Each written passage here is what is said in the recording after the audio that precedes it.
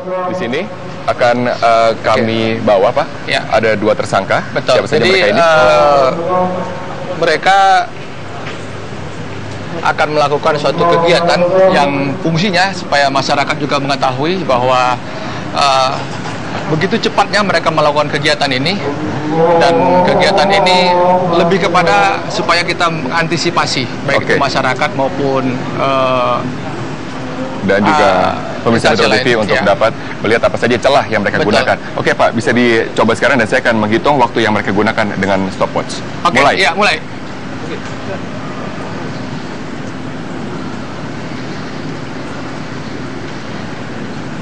Nah, Pak, Itu yang mereka lakukan di depan itu adalah melakukan pemutusan hubungan terhadap electricity, terhadap alat-alat yang mungkin bisa membuat ini diketahui atau diidentifikasi oleh orang seperti suara atau alarm.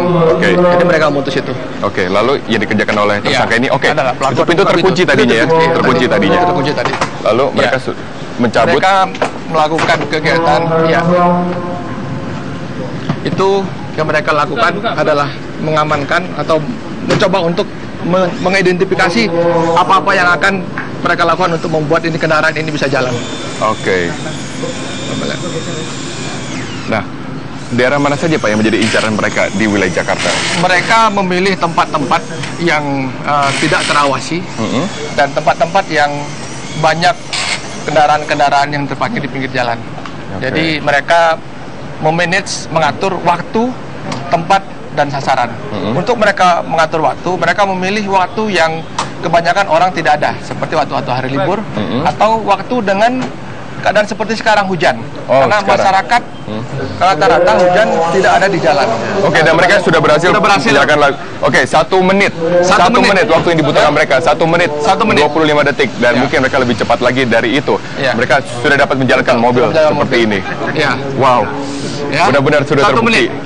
Nah, ini kami berikan kepada Anda para pemirsa Metro TV bukan untuk pembelajaran agar Anda dapat mencuri mobil, tapi kita akan mencari celah. Bagaimana kita dapat mengantisipasi setiap celah yang mereka lakukan. Nah, kalau tadi kita lihat ya, Pak, kita mulai dari celah yang pertama, yaitu celah alarm.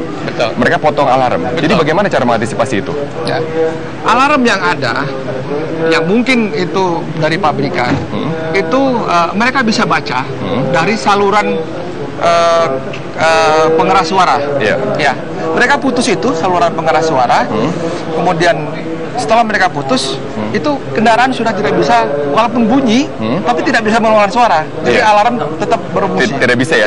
Tidak gitu efektif. Lalu yang kedua, kunci mobil. Bagaimana cara dapat mengantisipasi agar mobil tidak mudah dibuka? Dari dulu sampai sekarang, kunci mobil itu konvensional, tidak pernah berubah. Sehingga mereka mengetahui bagaimana mengakalin. Cukup cepat mereka buka pintu yang tadi kita kunci, dengan beberapa saat mereka bisa buka pintu. Jadi kunci pun juga tidak dapat kita apa-apakan. Jadi kunci bisa mengamankan kendaraan apabila itu ada kunci pengaman tambahan di dalam. Di dalam. Jadi dibuat pengaman setir atau juga pengaman pintu. Dipasang rantai supaya pintu tidak bisa terbuka. Apakah kunci setir jika kita gunakan efektif untuk dapat menghalau mereka? Kalau kunci setir, pengaman stang, itu kendaraan tidak bisa maju dan mereka memilih untuk tidak mengambil itu. Jadi itu cukup efektif ya, Pak, untuk tidak menjadi incaran mereka kunci stang. Nah, lalu bagaimana dengan bawah setir yang mereka bongkar tadi, yang mereka bor?